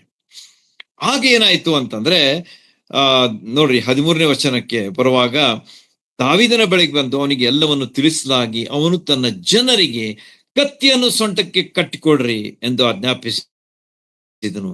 ಅವರೆಲ್ಲರೂ ಕಟ್ಟಿಕೊಂಡರು, ದಾವೀದನು ಕಟ್ಟಿಕೊಂಡನು. ಹೆಚ್ಚು ಕಡಿಮೆ 400 ಜನ ದಾವೀದನ ಜೊತೆಯಲ್ಲಿ ಹೋದರು. 200 ಮಂದಿ ಸಾಮಾನುಗಳ ಬಳಿಯಲ್ಲಿ ಉಳಿದ್ರು ಅಥವಾ ಇದ್ರು ಅಂತ ಹೇಳಿ ಹೇಳ್ತಾರೆ. ನೋಡ್ರಿ, 400 plus David, 401 people are going towards Nabal. ಇದಕ್ಕೆ ಮುಂದೆ ನಾವು ಅದನ್ನ ನೋಡ್ತೇವೆ. ಇಲ್ಲಿ 22ನೇ ವಚನದಲ್ಲಿ ಇದರ ಒಂದು ವಿವರಣೆ ಇದೆ, ಓದ್ತೇನೆ ನೋಡ್ರಿ. ಬೆಳಗಾಗುವಷ್ಟರಲ್ಲಿ ಅವನ ಜನರೊಳಗೆ ಒಬ್ಬ ಗಂಡಸಾದರೂ ಉಳಿದರೆ ದೇವರು ದಾವೀದನಿಗೆ ಬೇಕಾದದ್ದನ್ನು ಮಾಡಲಿ ಎಂದು ಪ್ರತಿಜ್ಞೆ ಮಾಡಿದ್ದನು ಎಂಬುದಾಗಿ ಹೇಳ್ತಾರೆ. ದಾವೀದನ್ ಪ್ರತಿಜ್ಞೆ ಮಾಡಿಬಿಟ್ಟ. He got very upset. ಅವನು ಬಹಳ ಒಂದು ಕೋಪ ಬಂದು ಅವನು ಹೇಳ್ಬಿಟ್ಟ ಏನಂತ, ಒಂದು ಗಂಡಸನ್ನು ನಾನು ಉಳಿಸುವುದಿಲ್ಲ, ಇವ್ರನ್ನೆಲ್ಲರನ್ನ ನಾನು ಮುಗಿಸ್ಬಿಡ್ತೇನೆ, ನಾಳೆ ಬೆಳಗನ್ನುವರೊಳಗಾಗಿ ಅಂತೇಳಿ ಹೊರಟೆ ಬಿಟ್ಟನು ಅಂತೇಳಿ ಅಲ್ಲಿ ನಿಮ್ಗ ತಿಳಿದ್ಬಿಡ್ತು. ಈ ವಿಷಯವನ್ನ ಅಂದ್ರೆ this is happening on one side, ಅಂದ್ರೆ ಒಂದ್ ಕಡೆಗೆ ಇದು ನಡೀತಾ ಇದೆ, ದಾವೀದನ ಕಡೆಗೆ ಇದು ನಡೀತಾ ಇದೆ. ಮತ್ತೊಂದು ಕಡೆಗೆ ಏನಾಯ್ತು ಅಂತಂದ್ರೆ, ಈ ನಾಬಾಲನ ಮನುಷ್ಯರೊಳಗೆ ಒಬ್ಬ ಅವನೇನ್ ಮಾಡ್ಬಿಟ್ಟ ಅಂತಂದ್ರೆ ಅವನ ಹೆಂಡತಿ ಬಹು ಬುದ್ಧಿವಂತೆ ಸುಂದರಿ ಆದಂತ ಅಬಿಗೈಲಳ ಬಳಿಗೆ ಹೋಗಿ ಈ ಸಂದೇಶವನ್ನು ಮುಟ್ಟಿಸ್ಬಿಟ್ಟ. ಏನಂತ ಹೇಳಿ, ಹೀಗೆ ದಾವಿದನ ಜನ ಬಂದಿದ್ರು, ಅವ್ರು ಕೇಳಿದ್ರು, ಆದ್ರೆ ನಿನ್ನ ಗಂಡನಾದಂತ ನಾಬಾಲ ಹೀಗೆ ಹೇಳಿಬಿಟ್ಟ ಅವ್ರಿಗೆ ಅಂತ ಹೇಳಿ ಆ ಸುದ್ದಿಯನ್ನ ಮುಟ್ಟಿಸಿದ ಕೂಡ ಆಕೆಗೆ ಗೊತ್ತಾಯ್ತು. ಆಕೆ ಬಹಳ ಬುದ್ಧಿವಂತೆ ಅಂತ ನಾವು ನೋಡಿದ್ವಲ್ಲ. She immediately made out that something worse is going to happen. ಬಹಳ ಕೆಟ್ಟದ್ದಾದಂತ ವಿಷಯ ನಡೀಲಿಕ್ಕೆ ಇದೆ ಅಂತ ಹೇಳಿ ಆಕೆ ಏನ್ ಮಾಡಿದ್ಲು ಅಂತ ಹೇಳಿದ್ರೆ, ನೋಡ್ರಿ, ಆಕೆ ಮಾಡಿದಂತಹ ಒಂದು ಆಕ್ಷನ್, ನಾನು ಅದನ್ನ ನಮ್ಗೆ ಇಂಟ್ರೊಡಕ್ಷನ್ ಹೇಳಿದ್ದೇನೆ. ಅದರಲ್ಲಿ ಆಕ್ಷನ್ ಆಕೆ ಇಮಿಡಿಯೇಟ್ಲಿ ತೆಗೆದುಕೊಂಡ್ಲು ಅಂತ ಹೇಳಿ ಗೊತ್ತು. ವೈಸ್ ಅಂಡ್ ಕರೇಜಿಯಸ್ ಆಕ್ಷನ್ ಆಕೆ ತೆಗೆದುಕೊಂಡದ್ದು ಇಲ್ಲಿ ನಮಗ ಕಂಡು ಬರ್ತದೆ. ನೋಡ್ರಿ, ಅಲ್ಲಿ ನಾಬಾಲ್ನ ಸೇವಕನೊಬ್ಬನು ಹೆಂಡತಿ ಆದ ಅಬಿಗೈಲಳಿಗೆ ಅರಣ್ಯದಲ್ಲಿ ದಾವೀದನ ದಣಿಯ ಕ್ಷೇಮ ವಿಚಾರಿಸಿದಾಗ ಮುಂದೆ ಏನೇನಾಯ್ತು ಎಂಬುದನ್ನ ಆಕೆ ಹೇಳಿದ ಕೂಡಲೇ ಆಕೆ ಏನ್ ಮಾಡಿದ್ಲು ಅಂತಂದ್ರೆ, ಆಕೆ ಮಾಡಿದ್ದು ಇಲ್ಲಿ ನಮಗೆ 18ನೇ ವಚನದಲ್ಲಿ ತಿಳಿದು ಬರ್ತದೆ.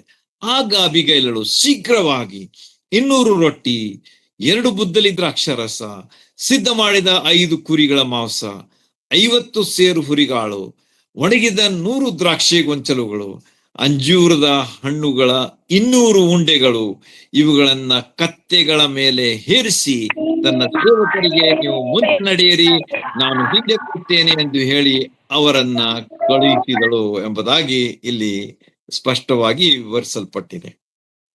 ನೋಡ್ರಿ, ಅಂತ ವಿಷಯಗಳಲ್ಲಿ ನಡೀತಾ ಇವೆ. ಒಂದ್ ಕಡೆಗೆ ದಾವೀದ ನಾಬಾಲನ ಜನರನ್ನ ನಾನು ಮುಗಿಸ್ಬಿಡ್ತೇನೆ ನಾಳೆ ಬೆಳಿಗ್ಗೆ ಅನ್ನುವಷ್ಟರೊಳಗಾಗಿ ಅವನ ಒಂದು ಪ್ರತಿಜ್ಞೆ. ಇಲ್ಲಿ ಬುದ್ಧಿವಂತೆ ಆದಂತ ಅಬಿಗೈಲಳು ಮಾಡಿದಂತ ಕಾರ್ಯ ಬಹುಶ್ಲಾಘನೀಯ ಅಂತ ಹೇಳ್ಬೋದು.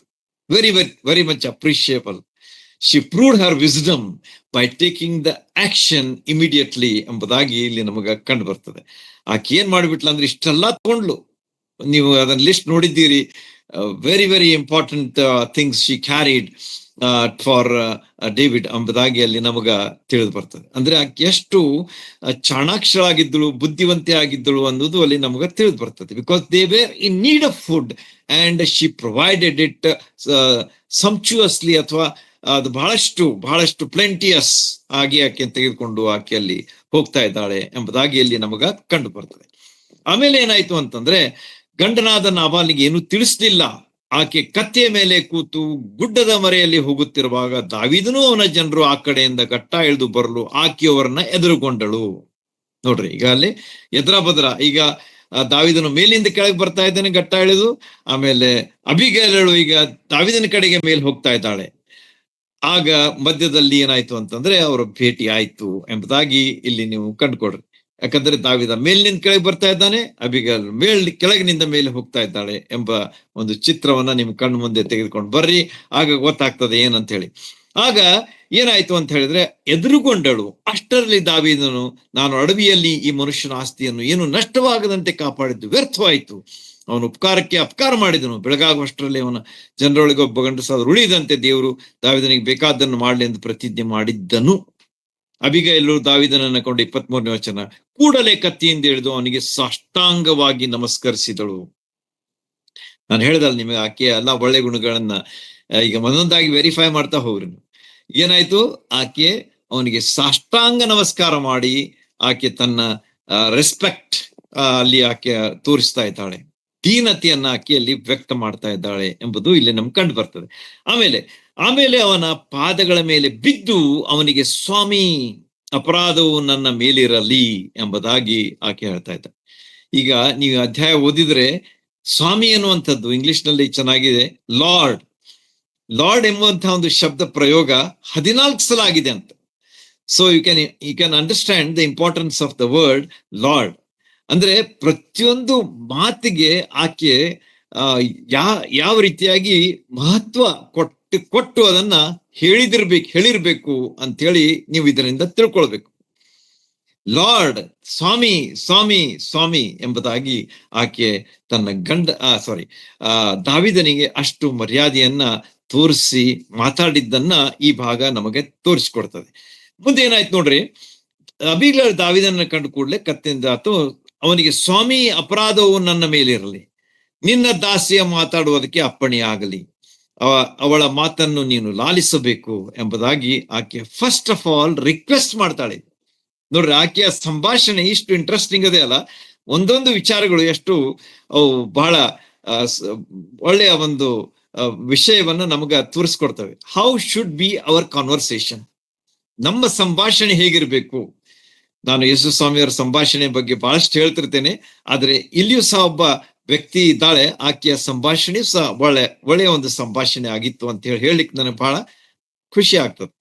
ನಮ್ಮ ಸಂಭಾಷಣೆ ಸಹ ಹೀಗಿರ್ಬೇಕು. ಆಕೆ ನೋಡ್ರಿ, ಇಷ್ಟು ಬುದ್ಧಿವಂತಿಗೆ ಆಗಿದ್ದಳು, ಸುಂದರಿಯಾಗಿದ್ದಳು ಮತ್ತು ದೀನಳಾಗಿದ್ದಳು. ಈಗ ಆಕೆ ಏನ್ ಹೇಳ್ತಾಳೆ ನೋಡ್ರಿ, ಏನಂತ ಹೇಳಿ, ಸ್ವಾಮಿ, ಅಪರಾಧವು ನನ್ನ ಮೇಲಿರಲಿ, ನಿನ್ನ ದಾಸ್ಯು ಮಾತಾಡೋಕೆ ಅಪ್ಪಣೆಯಾಗಲಿ ಅಂತ ಹೇಳಿ she is asking for permission. ಸಂಭಾಷಣೆ ಎಷ್ಟು ಇಂಪಾಗಿತ್ತು ಅಂತ ಹೇಳಿ ನಮಗ ಕಂಡು ಬರ್ತದೆ. ನಿನ್ನ ದಾಸ್ಯ ಸ್ವಾಮಿಯು ಮೂರ್ಖನಾದ ನಾಬಾಲ್ನನ್ನು ಲಕ್ಷಿಸದಿರಲಿ. ಅವನ ಹೆಸರು ನಾಬಾಲ್, ಅದಕ್ಕೆ ತಕ್ಕಂತೆ ಅವನು ಮೂರ್ಖನೇ ಆಗಿರುತ್ತಾನೆ ಎಂಬುದಾಗಿ ಆಕೆ ಹೇಳ್ತಾಳೆ. ಏನಂತ ಹೇಳಿ, ದಾವೀದನ ವಿಷಯವಾಗಿ ಹೇಳ್ತಾಳೆ, ಅವನನ್ನು ಏನ್ ಮಾಡ್ಬೇಕಂತ ಹೇಳಿ, ನೀನು ಅವನನ್ನ ಲಕ್ಷಿಸಬೇಡ, ಆದ್ರೆ ನಾನು ಹೇಳಿದ್ದನ್ನ ನೀನು ಕೇಳಬೇಕು. ಈ ನಾಬಾಲ್ನನ್ನು ಲಕ್ಷ್ಯ ಮಾಡಕ್ ಹೋಗ್ಬೇಡ, ಅಂದ್ರೆ ಅವನು ಏನ್ ಮಾಡಿದ್ದಾನೆ ಅದ್ರ ಕಡೆಗೆ ನೀನು ಲಕ್ಷ್ಯ ಮಾಡಕ್ ಹೋಗ್ಬೇಡ ಅಂತ ಹೇಳಿ ಆಕೆ ಮುಂದರಿಸ್ತಾ ಇದ್ದಾಳೆ ತನ್ನ ಮಾತನ್ನು.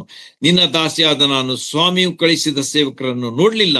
ಸ್ವಾಮಿ ನಿನ್ನ ಸ್ವಸ್ಥದಿಂದ ಮುಯಿ ತೀರಿಸಿದ ರಕ್ತಾಪರಾಧಕ್ಕಾಗಿ ಗುರಿಯಾಗದಂತೆ ಯೆಹೋವನು ನಿನ್ನನ್ನು ಕಾಪಾಡಿದ್ದಾನೆ ಎಂಬುದಾಗಿ ಹೇಳ್ತಾಳೆ. ನೋಡ್ರಿ, ಆಕೆ ಒಬ್ಬ ಸ್ತ್ರೀ ಆಗಿದ್ದಳು, ಆದ್ರೆ ಎಷ್ಟು ಆಕೆಗೆ ಜ್ಞಾನ ಇತ್ತು. ಅದು ಏನು, ಯೆಹೋವನ ವಿಷಯವಾಗಿ ಮಾತಾಡುವಷ್ಟು, ದೇವರ ವಿಷಯವಾಗಿ ಮಾತಾಡುವಷ್ಟು ಜ್ಞಾನ ತುಂಬಿ ಆಕೆ ತುಳುಕ್ತಾ ಇತ್ತು ಎಂಬುದಾಗಿ ಅಲ್ಲಿ ಕಂಡು ಬರ್ತದೆ. ನಮ್ಮ ಜೀವನದಲ್ಲಿಯೂ ಸಹ ದೇವರ ವಿಷಯವಾಗಿ ನಾವು ಯಾವಾಗಲೂ ಹೆಚ್ಚಾಗಿ ತಿಳಿದುಕೊಳ್ತಾ ಹೋಗ್ಬೇಕು. We should know him more and more. ನಮ್ಮ ಜೀವನದ ಕೊನೆವರೆಗೂ ನಾವು ತಿಳ್ಕೊಳ್ತಾ ಹೋದ್ರೆ ಸಾಕಾಗುವುದಿಲ್ಲ, ಆ ಮಾತು ಬೇರೆನೆ. ಆದ್ರೂ ಸಹ ನಾವು ತಿಳ್ಕೊಳ್ತಾ ಹೋಗ್ಬೇಕು, ಅದನ್ನ ಭರಿಸ್ತಾ ಹೋಗ್ಬೇಕು, ತುಂಬ್ತಾ ಹೋಗ್ಬೇಕು ಎಂಬುದನ್ನ ಈ ಭಾಗ ನಮಗೆ ನಾಬಾಲ್ ಅಬಿಗೈಲಳ ಜೀವನದ ಮೂಲಕವಾಗಿ ತಿಳಿಸ್ತದೆ. ಆಗ ಹೇಳ್ತಾಳೆ ನೋಡ್ರಿ, ಸ್ವಾಮಿ ಕಳಿಸಿದ ಸೇವಕನ ಯೆಹೋವನಾಣೆ, ನಿನ್ನ ಜೀವದಾಣೆ, ನಿನ್ನ ವಿರೋಧಿಗಳು ನಿನಗೆ ಕೇಡು ಬಗೆಯವರು ನಾಬಾಲ್ನ ಗತಿಯನ್ನು ಹೊಂದಲಿ ಎಂಬುದಾಗಿ. ಅಂದ್ರೆ she is wishing good to the master she is facing. ಒಡೆಯನಾದಂತಹ ದಾವೀದನಿಗೆ ಆಕೆ ಹೇಳ್ತಾ ಇದ್ದಾಳೆ, ಒಳ್ಳೆಯದನ್ನ ವಿಶ್ ಮಾಡ್ತಾ ಇದ್ದಾಳೆ. ನಾಬಾಲ್ನಂತ ಆಗ್ಬಾರ್ದು, ನಿನ್ಗೆ ಒಳ್ಳೇದಾಗ್ಲಿ ಎಂಬುದಾಗಿ ಆಕೆ ಹೇಳ್ತಾ ಇದ್ದಾರೆ. ಆಮೇಲೆ, ನೀನು ಯೆಹೋವನ ಶತ್ರುಗಳನ್ನ ಯುದ್ಧ ಮಾಡುವುದರಿಂದ ಆತನು ನಿನ್ನ ಮನೆಯನ್ನು ಶಾಶ್ವತವಾಗಿ ಸ್ಥಿರಪಡಿಸುವನು. ನೋಡ್ರಿ, ಯೆಹೋವನ ಶತ್ರುಗಳೊಂದಿಗೆ ನೀನು ಯುದ್ಧ ಮಾಡ್ತಿ. ನೋಡ್ರಿ, ಎಷ್ಟು ಆಕೆಯ ವಿಚಾರ ಎಲ್ಲಿಗೆ ಹೋಯ್ತು ಅಂತ. ಯೆಹೋವನ ಶತ್ರುಗಳೊಂದಿಗೆ ನೀನು ಯುದ್ಧ ಮಾಡ್ತಿ ಅಂತಂದ್ರೆ ನೀನು ಯೆಹೋವನ ಪರವಾಗಿ ಯುದ್ಧ ಮಾಡ್ತಿ ಎಂಬುದಾಗಿ ಅಲ್ಲಿ ಆಕೆ ಹೇಳ್ತಾ ಇದ್ದಾಳೆ. ಆದ ಕಾರಣ ಆಕೆಯ ಒಂದು ಜ್ಞಾನ ನಿಜವಾಗಿಯೂ ಅಪ್ರಿಷಿಯೇಬಲ್ ಎಂಬುದಾಗಿ ನಾವು ಇಲ್ಲಿ ಕಾಣ್ತೇವೆ. ಆತನು ನಿನ್ನ ಮನೆಯನ್ನು ಶಾಶ್ವತವಾಗಿ ಸ್ಥಿರಪಡಿಸುವನು. ನೋಡ್ರಿ, she is aware of that. ದೇವರ ಶತ್ರುಗಳೊಂದಿಗೆ ನಾವು ಯುದ್ಧ ಮಾಡುವಾಗ ನಮಗೆ ಒಳ್ಳೇದೇ ಆಗ್ತದೆ ಎನ್ನುವಂಥ ವಿಚಾರವನ್ನ ಇಲ್ಲಿ ಆಕೆ ಹೇಳ್ತಾ ಇದ್ದಾಳೆ. ಏನಂತ ಹೇಳಿ, ಆತನು ನಿನ್ನ ಮನೆಯನ್ನು ಶಾಶ್ವತವಾಗಿ ಸ್ಥಿರಪಡಿಸುವನು, ಆದುದರಿಂದ ನಿನ್ನ ಜೀವಮಾನದಲ್ಲೆಲ್ಲ ನಿನ್ನಲ್ಲಿ ಕೆಟ್ಟತನವು ಕಾಣದಿರಲಿ ಎಂಬುದಾಗಿ ಹೇಳ್ತಾನೆ. ಆಕೆ ಅಷ್ಟು ಹೇಳಿದ ಮೇಲೆ ಅಷ್ಟೇ ಒಂದು ಅಡ್ವೈಸ್ ಅಲ್ಲಿದೆ. ಏನಂತ ಹೇಳಿ, ನಿನ್ನ ಜೀವಮಾನದಲ್ಲಿ ಕೆಟ್ಟದ್ದು ಕಾಣಬಾರ್ದು ಎನ್ನುವಂತ ರೀತಿಯಲ್ಲಿ ಆಕೆ ಅಲ್ಲಿ ಹೇಳ್ತಾ ಇದ್ದಾಳೆ. ಅಂದ್ರೆ ನಾಬಾಲ್ ಸಲುವಾಗಿ ನೀನು ಯಾವುದೇ ರೀತಿಯಲ್ಲಿ ಒಂದು ಕೆಟ್ಟದ್ದಾದಂತಹ ಒಂದು ಅದರ ಸ್ಟೆಪ್ ತಗೊಳಕ್ ಹೋಗ್ಬೇಡ ನೀನು ಎನ್ನುವಂತಹ ಒಂದು ವಿಚಾರವನ್ನು ಸಹ ಅಲ್ಲಿ ಹಿಡನ್ ಆಗಿದ್ದ ವಿಚಾರವನ್ನು ಸಹ ಅಲ್ಲಿ ಆಕೆ ಹೇಳ್ತಾ ಇದ್ದಾರೆ. ಕೆಟ್ಟತನವು ಕಾಣದಿರಲಿ, ಯಾವನಾದರೂ ನನ್ನ ಸ್ವಾಮಿಯಾದ ನಿನ್ನನ್ನು ಹಿಂಸಿಸಿ ಜೀವ ತೆಗೆಯಬೇಕೆಂದಿರುವಾಗ ಆ ನಿನ್ನ ಜೀವವು ನಿನ್ನ ದೇವರಾದ ಯೆಹೋವನ ರಕ್ಷಣೆಯಲ್ಲಿರುವ ಜೀವ ನಿಕ್ಷೇಪದಲ್ಲಿ ಭದ್ರವಾಗಿರಲಿ ಎಂಬುದಾಗಿ. It's A prayer for him. ದಾವೀದನ ಜೀವ ಅದು ಭದ್ರವಾಗಿರಲಿ, ಜೀವ ನಿಕ್ಷೇಪದ ಹಾಗೆ ಅದು ದೇವರ ಕೈಯಲ್ಲಿ ಕಾಪಾಡಲ್ಪಡಲಿ ಎಂಬಂತ ಪ್ರಾರ್ಥನೆಯೂ ಸಹ ಅಲ್ಲಿ ಆಕೆಯ ಒಂದು ಮಾತಿನಲ್ಲಿ ನಮಗ ಕಂಡು ಬರ್ತದೆ. ಆದರೆ ಆತನು ನಿನ್ನ ಶತ್ರುಗಳ ಜೀವವನ್ನು ಕವಣೆಯ ಕಲ್ಲನ್ನೋ ಎಂಬಂತೆ ಎಸೆದು ಬಿಡಲಿ. ನೋಡ್ರಿ, I think she knew about this incidents that took place between Goliath and David. ಆದ ಕಾರಣ ಆಕೆ ಇದನ್ನ ಇಲ್ಲಿ ಹೇಳ್ತಾ ಇದ್ದಾಳೆ ನೋಡ್ರಿ ಏನಂತ, ಯೆಹೋವನ ರಕ್ಷಣೆಯಲ್ಲಿ ಅವ್ರ ಜೀವ ನಿಕ್ಷೇಪದಲ್ಲಿ ಭದ್ರವಾಗಿರ್ಲಿ, ಆತನ ನಿನ್ನ ಶತ್ರುಗಳ ಜೀವನ ಕಮಣೆಯಲ್ಲಿ ಆ ಕಲ್ಲನ್ನು ಎಂಬಂತೆ ಎಸೆದು ಬಿಡ್ಲಿ ಅಂತ ಹೇಳ್ತಾನೆ. ಅಂದ್ರೆ ಶತ್ರುಗಳ ಸ್ಥಿತಿ ಆ ರೀತಿಯಾಗಿ ಆಗಲಿ ಎಂಬುದಾಗಿ ಆಕೆಯಲ್ಲಿ ಹೇಳ್ತಾ ಇದ್ದಾಳೆ. ಯೆಹೋವನು ನನ್ನ ಸ್ವಾಮಿಯಾದ ನಿನಗೆ ವಾಗ್ದಾನ ಮಾಡಿದ ಎಲ್ಲಾ ಸೌಭಾಗ್ಯವನ್ನು ದಯಪಾಲಿಸಲಿ, ನಿನ್ನನ್ನು ಇಸ್ರಾಯೇಲ್ ಪ್ರಭುವನ್ನಾಗಿ ಮಾಡಿದ ಮೇಲೆ ನಿರಪರಾಧಿಯ ರಕ್ತವನ್ನು ಸುರಿಸಿ ಮುಯಿ ತೀರಿಸಿದಿಂದುಂಟಾಗುವ ಪಶ್ಚಾತ್ತಾಪದ ಮನೋವ್ಯತ್ಯೆಗೆ ಕಾರಣವಿರುವುದಿಲ್ಲ ಎಂಬುದಾಗಿ ಇಲ್ಲಿ ಆಕೆ ಹೇಳ್ತಾ ಇದ್ದಾಳೆ. ಯಾಕಂದ್ರೆ ಹೊಂಟಿದ್ದ ಎಲ್ಲಿ ನಾಬಾಲ್ನನ್ನ ಮುಗಿಸ್ಬೇಕಂತ ಹೇಳಿ, ಆದರೆ ಈಗ ಆಕೆ ಮಧ್ಯ ಪ್ರವೇಶಿಸಿ ಅದನ್ನ ತಳ್ಳಿ ಹಾಕಿದ್ದಾಳೆ ಎಂಬುದಾಗಿ ಇಲ್ಲಿ ನಮಗ ತಿಳಿದು ಬರ್ತದೆ. ಆಕೆ ಮಾತಿನ ಮೇಲೆ ತಿಳಿದು ಬರ್ತದೆ. ಆ ರಕ್ತವನ್ನು ಸುರಿಸಿದಂತ ಅಪರಾಧ ನಿನಗೆ ಬೇಡ, ಆತನು ನಿನ್ನನ್ನು ಮಹಾಪದವಿಗೆ ತರುವಾಗ ನಿನ್ನ ದಾಸಿಯಾದ ನನ್ನನ್ನು ಮರೆತು ಬಿಡಬೇಡ ಅಂತ ಹೇಳಿ ಕೊನೆಯದಾಗಿ ಒಂದು ರಿಕ್ವೆಸ್ಟ್ ಮಾಡ್ತಾಳೆ. ನೋಡಿ ಎಷ್ಟು ಸುಂದರವಾದಂತ ಸಂಭಾಷಣೆ ಇಲ್ಲಿ ನಮಗ ಅಬಿಗೈಲಳ ಬಾಯಿಯಿಂದ ನಮಗ ಅಲ್ಲಿ ಕೇಳ್ತೀವಿ ನಾವು. ಸುಂದರವಾದಂತಹ ಒಂದು ಸಂಭಾಷಣೆ. ಈ ರೀತಿಯಾಗಿ ನಮ್ಮ ಜೀವಿತಗಳಲ್ಲಿ ಬಹುಬುದ್ಧಿವಂತೆಯಾದ ಸುಂದರಿಯಾದಂಥ ಅಬಿಗೈಲಳ ಒಂದು ಜೀವನದಲ್ಲಿ ಕಂಡು ಬರ್ತಕ್ಕಂಥ ಒಳ್ಳೆಯ ವಿಷಯಗಳನ್ನ ನಾವು ಈ ಭಾಗದಿಂದ ಕಂಡುಕೊಳ್ತೇವೆ. ಆದ ಕಾರಣ ನಮ್ಮ ಜೀವನದಲ್ಲಿಯೂ ಸಹ ನಾವು ಮಾತಾಡುವಾಗ ನಾವು ನಮ್ಮ ಮಾತುಗಳು ಹೇಗಿರ್ಬೇಕು ಎನ್ನುವುದನ್ನ ಈ ಅಬಿಗೈಲಳ ಒಂದು ಸಂಭಾಷಣೆಯಿಂದ ನಾವು ಕಲ್ತ್ಕೊಳ್ಳೋಣ. there is so much to learn from her conversation. ಅಲ್ಲಿ ಪ್ರಾರ್ಥನೆ ಇದೆ, ದೇವರಿಗೆ ಸ್ತೋತ್ರ ಇದೆ, ದೇವರ ಬಗ್ಗೆ ಜ್ಞಾನ ಇದೆ, ಮತ್ತು ಮುಂದಿನ ವಿಷಯಗಳ ಬಗ್ಗೆ ಒಂದು ಕಲ್ಪನೆ ಇದೆ, ಹಿಂದೆ ಆದಂತಹ ವಿಷಯಗಳ ಜ್ಞಾನ ಇದೆ. ಇವೆಲ್ಲವುಗಳು ಆಕೆಯ ಮಾತಿನಲ್ಲಿ ನಮಗ ಕಂಡು ಬರ್ತವೆ. ಆದ ಕಾರಣ ದೇವರು ಆಕೆಯ ಮಾತನ್ನ ಆಶೀರ್ವದಿಸಿದ. ದಾವೀದನಿಗೆ ಆಕೆ ಹೇಳಿದಾಗ ದಾವೀದನು ಏನ್ ಮಾಡ್ದ? He took the step. ಆಕೆ ಆಕ್ಷನ್ ಯಾವ ರೀತಿಯಾಗಿ ಜ್ಞಾನ ಮತ್ತು ಧೈರ್ಯದ ಒಂದು ಆಕ್ಷನ್ ಆಗಿತ್ತು, ಅದಕ್ಕೆ ಒಂದು ಸರಿಯಾದಂತಹ ಒಂದು ಪ್ರತಿಫಲವನ್ನ ಅಲ್ಲಿ ಕಾಣ್ತೇವೆ. ಅದೇನಂತಂದ್ರೆ, ದಾವೀದನು ಅಬಿಗೈಲಳಿಗೆ, ಈ ಹೊತ್ತು ನನ್ನನ್ನು ಎದುರುಗೊಳ್ಳುವುದಕ್ಕಾಗಿ ನಿನ್ನನ್ನು ಕಳುಹಿಸಿದ ದೇವರಿಗೆ ಯೆಹೋವನಿಗೆ ಸ್ತೋತ್ರವಾಗಲಿ ಎಂಬುದಾಗಿ ಹೇಳ್ತಾನೆ. ನೋಡ್ರಿ, ಈ ಇಬ್ಬರ ಮಧ್ಯದಲ್ಲಿ ಆಗ್ತಕ್ಕಂಥ ಈ ವಿಷಯಗಳು ನಮಗ ಎಲ್ಲಿ ಒಯ್ತವೆ ಅಂತಂದ್ರೆ ದೇವರಿಗೆ ಸ್ತೋತ್ರ. This is very important. ಯಾಕಂದ್ರೆ ನಾವು ಈ ಲೋಕದಲ್ಲಿ ಯಾಕೆ ಸೃಷ್ಟಿಸಲ್ಪಟ್ಟಿದ್ದೇವೆ?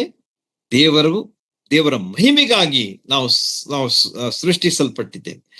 ಈಗ ಇಲ್ಲಿ ಈ ಇಬ್ಬರ ಮೂಲಕ ದೇವರಿಗೆ ಮಹಿಮೆ ಆಗ್ತಾ ಇದೆ. ಯಾಕಂದ್ರೆ ಅಬಿಗೈಲಳು ದಾವೀದನ ವಿಷಯವಾಗಿ ದೇವರಿಗೆ ಸ್ತೋತ್ರ ಹೇಳ್ತಾಳೆ, ಮತ್ತು ದಾವೀದನು ಅಬಿಗೈಲಳ ವಿಷಯವಾಗಿ ದೇವರಿಗೆ ಸ್ತೋತ್ರ ಹೇಳ್ತಾನೆ. ನೋಡ್ರಿ, what A glorifying life, god glorifying life. ಅವರನ್ನು ಗ್ಲೋರಿಫೈಯಿಂಗ್ ಅಲ್ಲ, ಆದ್ರೆ ಗಾಡ್ ಗ್ಲೋರಿಫೈಯಿಂಗ್ ಲೈಫ್ ಇಲ್ಲಿ ನಮಗ ಕಾಣ್ತೇವೆ. ಆದ ಕಾರಣ ಆ ದಾಸಿಯಾದ ನಿನ್ನನ್ನು ಮರೆತು ಬಿಡಬೇಡ ಅಂದಾಗ ದಾವೀದನು ಅಬಿಗೈಲಳಿಗೆ, ಈ ಹೊತ್ತು ನನ್ನನ್ನು ಎದುರುಗೊಳ್ಳುವುದಕ್ಕಾಗಿ ನಿನ್ನನ್ನು ಕಳಿಸಿದಂತ ಇಸ್ರಾಯೇಲ್ ದೇವರಾದ ಯೆಹೋವನಿಗೆ ಸ್ತೋತ್ರವಾಗಲಿ.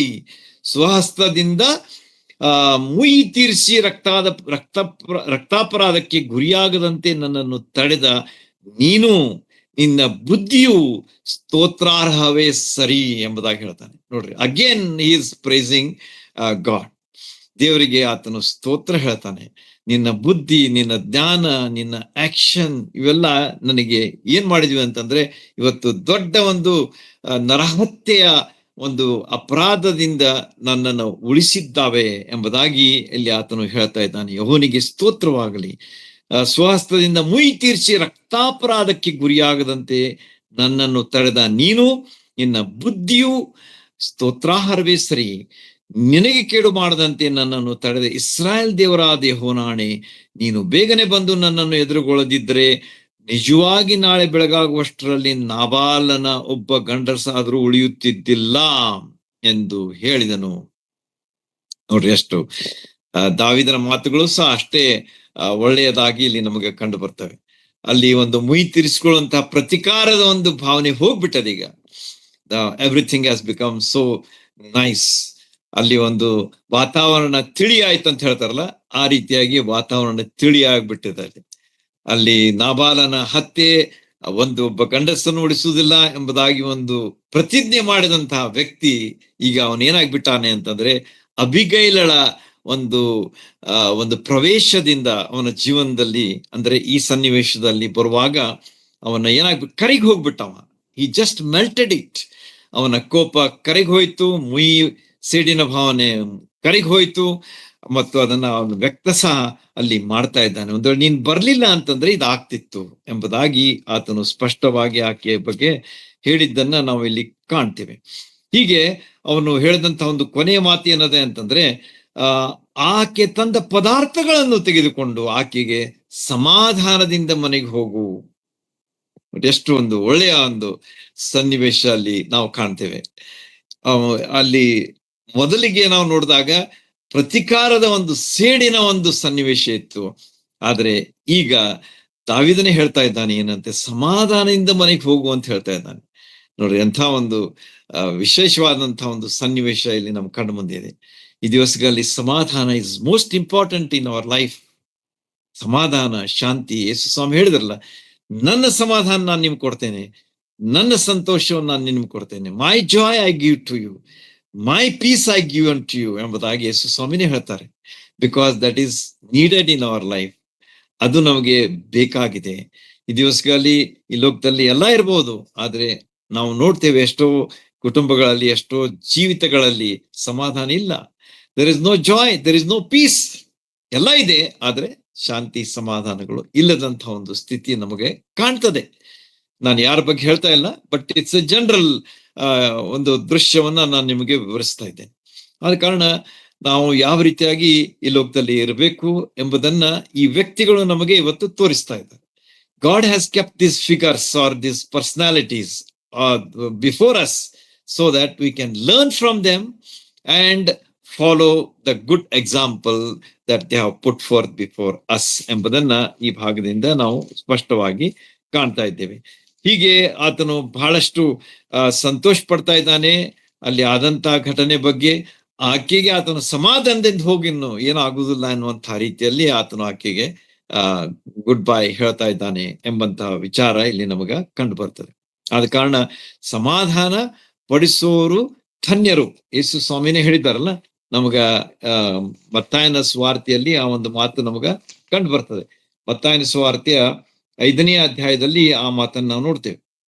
5ನೇ ಅಧ್ಯಾಯ 9ನೇ ವಚನದಲ್ಲಿ, ಸಮಾಧಾನ ಪಡಿಸುವರು ಧನ್ಯರು, ಅವರು ದೇವರ ಮಕ್ಕಳು ಅನ್ನಿಸಿಕೊಳ್ಳುವರು. ಅಂದ್ರೆ ಸಮಾಧಾನಕ್ಕೆ ಎಷ್ಟು ಪ್ರಾಶಸ್ತ್ಯ ಇದೆ, ಪ್ರಾಮುಖ್ಯತೆ ಇದೆ, ಇಂಪಾರ್ಟೆನ್ಸ್ ಇದೆ, ಸಿಗ್ನಿಫಿಕೆನ್ಸ್ ಇದೆ ಎಂಬುದನ್ನ ಈ ಭಾಗ ನಮಗ ತಿಳಿಸ್ಕೊಡ್ತದೆ. ದಾವೀದನು ಹೇಳ್ತಾ ಇದ್ದಾನೆ, ಸಮಾಧಾನದಿಂದ ಹೋಗು. ಇಲ್ಲಿ ಯೇಸು ಸ್ವಾಮಿ ಹೇಳ್ತಾ ಇದ್ದಾರೆ, ಸಮಾಧಾನ ಪಡಿಸುವವರು ಧನ್ಯರು, ಅವರು ದೇವರ ಮಕ್ಕಳು ಅನ್ನಿಸ್ಕೊಳ್ತಾರೆ ಅಂತ ಹೇಳಿ. ಅಂದ್ರೆ ದೇವರ ಮಕ್ಕಳು ಅನ್ನಿಸ್ಕೊಳ್ಳುವಂತ ಭಾಗ್ಯ ಎಷ್ಟು ದೊಡ್ಡದು ಎಂಬುದಾಗಿ ಈ ಒಂದು ಸನ್ನಿವೇಶದಿಂದ ಅಥವಾ ಈ ಸಂದರ್ಭದಿಂದ ನಾವು ಕಂಡುಕೊಳ್ತೇವೆ. ಹೀಗೆ ನಾ ಮುಂದೆ ಒಂದು 2-3 ನಿಮಿಷದಲ್ಲಿ ಹೇಳಿ ಮುಗಿಸ್ಬಿಡ್ತೇನೆ, ಯಾಕಂದ್ರೆ ಇನ್ನು ವಿವರಿಸ್ಲಿಕ್ಕೆ ಸಮಯ ಇಲ್ಲ. Almost it is getting over. ಮುಂದೆ ಏನಾಗ್ತದೆ ಅಂತಂದ್ರೆ, ಅಬಿಗೈಲಳು ತನ್ನ ಮನೆಗೆ ಬರ್ತಾಳೆ. ಆಗ ನಾಬಾಲನ ವಿಷಯವಾಗಿ ನಾವು ಏನ್ ನೋಡ್ತೀವಿ ಅಂತಂದ್ರೆ, ಅವನು ಬಹಳ ಕುಡಿದು, ಅವನೇನೋ ಉಂಡು ಕುಡಿದು ಅವನು ಮತ್ತನಾಗಿ ಬಿದ್ದುಕೊಂಡಿದ್ದ ಎಂಬುದಾಗಿ ಅವನ ಬಗ್ಗೆ ಅಲ್ಲಿ ಹೇಳದಾಗಿದೆ. ನಾಬಾಲನ ವಿಷಯವಾಗಿ ನೋಡ್ರಿ 36ನೇ ವಚನ, ಅಬಿಗೈಲಳು ನಾಬಾಲನ ಬಳಿಗೆ ಬಂದಳು. ಅವನು ತನ್ನ ಮನೆಯಲ್ಲಿ ರಾಜರಂತೆ ಒಂದು ದೊಡ್ಡ ಔತಣ ಮಾಡಿಸಿ ಬಹುವಾಗಿ ಕುಡಿದು ಬಹು ಸಂಭ್ರಮದಿಂದ ಕಾರಣ ಆತನು ಏನ್ ಮಾಡ್ಬಿಟ್ಟ ಅಂತಂದ್ರೆ, ಹಾಗೆ ಬಿದ್ದುಕೊಂಡ ಅಂತ ಹೇಳಿ ಸಂಭ್ರಮ ಅಲ್ಲಿ ಬಿದ್ದಿದ್ದ ಅಂತ. ಆಗ ಆಕೆ ಇಮಿಡಿಯೇಟ್ಲಿ ಅವನಿಗೇನು ಹೇಳುದಿಲ್ಲ, ಅವನಿಗೆ ಯಾವುದೇ ಒಂದು ವಿಚಾರ ಆಕೆ ಹೇಳುದಿಲ್ಲ. ಆದ್ರೆ she weights till the next day. ಅವನ ಅಮಲ ಇಳಿಲಿ, ಅವನ ಮತ್ತು ಹೋಗ್ಲಿ, ಆಮೇಲೆ ನಾನು ಹೇಳ್ತೇನೆ ಎಂಬುದಾಗಿ ಆಕೆ ತಡೆದು ಮರುದಿನ ಅಮಲಿಡಿದ ನಂತರ 37ನೇ ವಚನ, ಆಕೆಯು ಈ ವರ್ತಮಾನವನ್ನು ಅವನಿಗೆ ತಿಳಿಸಲಾಗಿ ಅವನ ಹೃದಯವು ನಿಂತು ಹೋಯಿತು ಎಂಬುದಾಗಿ. ಅವನ ಹೃದಯ ನಿಂತು ಹೋಯ್ತು. ಆಕೆ ಎಲ್ಲ ವಿವರಗಳನ್ನು ಹೇಳಿದ ಕೂಡಲೇ ಅವನಿಗೆ ಶಾಕ್ ಆಯ್ತು ಅಂತ ಹೇಳಿ ಅನಿಸ್ತದೆ ನನಗೆ. He was shocked. ನನ್ನ ಪರಿಸ್ಥಿತಿ ಏನಾಗ್ತಿತ್ತಪ್ಪ ಎನ್ನುವಂತ ಒಂದು ವಿಚಾರ ಅವನಿಗೆ ಬಂದಾಗ ಅವನು ಏನಾಯ್ತು ಅಂತಂದ್ರೆ, ಅವನ ಹೃದಯ ನಿಂತು ಹೋಯ್ತು ಅಂತ ಹೇಳಿ. ಅವನು ಸ್ತಬ್ಧನಾದನು ಅಂತಂದ್ರೆ ಅವನು ಶಾಂತನಾಗ್ಬಿಟ್ಟ ಅಂತ. ಅಂದ್ರೆ ಒಂದು ಬಾಯಿಂದ ಮಾತೇ ಹೊರಡ್ಲಿಲ್ಲ ಅವನಿಗೆ ಅಂತೇಳಿ ನಮ್ಗೆ ಕಂಡು ಬರ್ತದೆ. ಆಮೇಲೆ ಏನಾಯ್ತು ಅಂತಂದ್ರೆ 10 ದಿವಸಗಳಾದ್ಮೇಲೆ, ಸುಮಾರು 10 ದಿವಸಗಳಾದ್ಮೇಲೆ ನಾಬಾಲನು ಯೆಹೋವನಿಂದ ಹತನಾಗಿ ಸತ್ತನು. ನೋಡ್ರಿ, ಯಾರು ಅವನನ್ನ ಮುಗಿಸಿದ್ರು ಈ ಲೋಕದ ಯಾತ್ರೆಯಲ್ಲಿ? ಯೆಹೋವ ದೇವರು. He wanted to clear him off from the scene ಎಂಬುದಾಗಿ. ಯಾಕಂದ್ರೆ ಅವನು ಏನಾಗಿದ್ದ ಅಂತ ಹೇಳಿ ನಮ್ಮೆಲ್ಲರಿಗೂ ಗೊತ್ತಿದೆ. ಆದ ಕಾರಣ ದೇವರು ಅವನನ್ನ ಆ ಒಂದು ಸ್ಥಿತಿಯಿಂದ ಅವನನ್ನ ತೆಗೆದು ಬಿಟ್ಟ, ಆ ಸನ್ನಿವೇಶದಿಂದ. ಆಮೇಲೆ ಏನಾಯ್ತು ಅಂತಂದ್ರೆ, ಇದನ್ನ ಕೇಳಿದಾಗ ದಾವೀದ ಏನ್ ಮಾಡ್ದ ಅಂತಂದ್ರೆ, ಅಬಿಗೈಲಳನ್ನ ಕರೆಸಿಕೊಂಡ.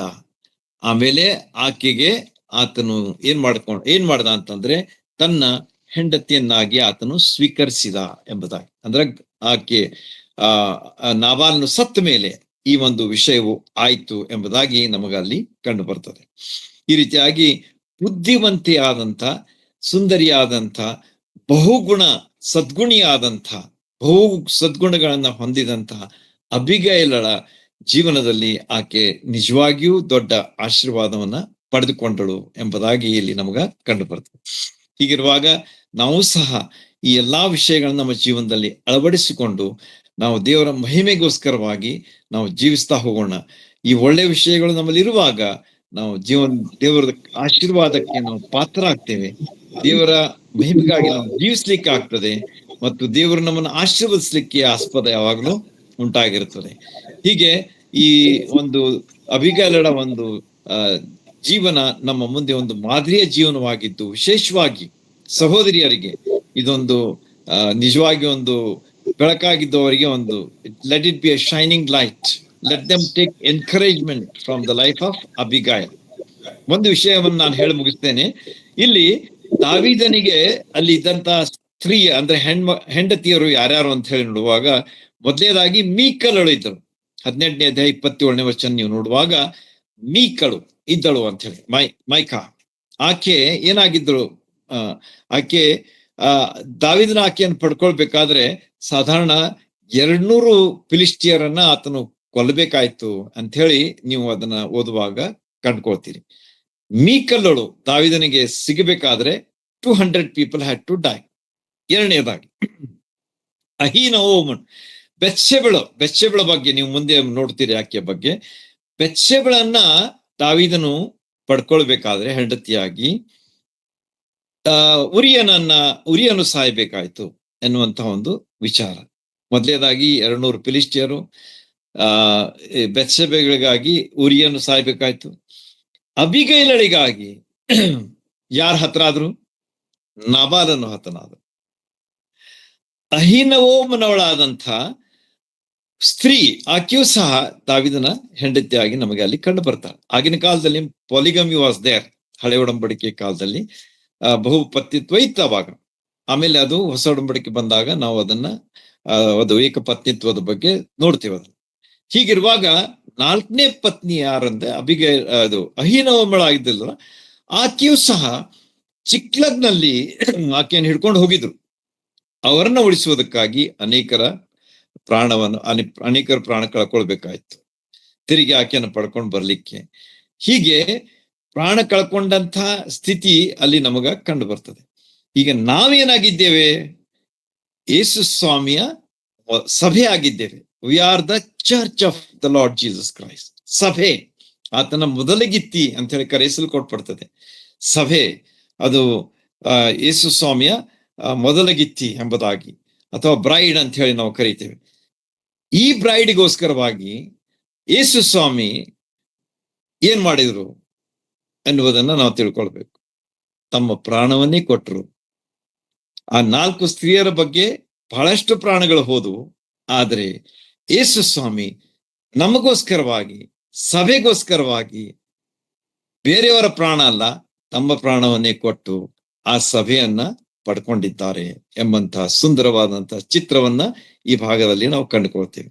ಆದ ಕಾರಣ ನಾವು ಯೇಸು ಸ್ವಾಮಿ ಅವರಿಗೆ ಯಾವಾಗ್ಲೂ ಕೃತಜ್ಞತೆಯನ್ನ, ಕೊಂಡಾಟವನ್ನ, ಸ್ತುತಿ ಸ್ತೋತ್ರಗಳನ್ನ ಸಲ್ಲಿಸುವಂತವರಾಗಿರ್ಬೇಕು. ಯಾಕಂದ್ರೆ ಅವರು ನಮ್ಮನ್ನ ಪಡ್ಕೊಳ್ಳೋದಕ್ಕಾಗಿ ತಮ್ಮನ್ನೇ ಅರ್ಪಿಸಿದ್ರು, ತಮ್ಮ ಪ್ರಾಣವನ್ನೇ ಕೊಟ್ಟರು, ತಮ್ಮ ರಕ್ತವನ್ನೇ ಸುರಿಸಿದ್ರು. ನಮ್ಮನ್ನ ಆತರು ಕೊಂಡುಕೊಂಡಿದ್ದಾರೆ ಮತ್ತು ನಾವು ಆತನ ಸಭೆಯಾಗಿದ್ದೇವೆ. ನಮ್ಮ ಭವಿಷ್ಯ ಅಂದ್ರೆ ನಮ್ಮ ಮುಂದಿನ ಒಂದು ಸಮಯ ಅದು ಬಹಳ ಅದ್ಭುತವಾದಂಥದ್ದು ಎಂಬುದನ್ನ ನಾವು ದೇವರ ವಾಕ್ಯದ ಅಭ್ಯಾಸದಲ್ಲಿ ಕಂಡುಕೊಳ್ತೇವೆ. ಪ್ರಕಟಣೆ ಪುಸ್ತಕದಲ್ಲಿ ವಿಶೇಷವಾಗಿ ಅದನ್ನ ಕೊನೆಯ ಭಾಗದಲ್ಲಿ ನೀವು ನೋಡುವಾಗ ಅದರ ಒಂದು ಅದ್ಭುತ ವಿಷಯಗಳನ್ನ ನೀವು ಅಲ್ಲಿ ಕಾಣ್ತೀರಿ. ಹೀಗೆ ಈ ಎಲ್ಲಾ ವಿಷಯಗಳನ್ನ ನಾವು ತಿಳ್ಕೊಂಡವರಾಗಿ ದೇವರ ಗೌರವಕ್ಕಾಗಿ ಮಾನ ಮಹಿಮೆಗಾಗಿ ನಾವು ಜೀವಿಸೋದಕ್ಕೆ ದೇವರು ನಮ್ಮೆಲ್ಲರಿಗೆ ತನ್ನ ಸಹಾಯ ಮಾಡ್ಲಿ. ದೇವರು ನಮಕ್ಕೆ ಸ್ತೋತ್ರವಾಗಿ.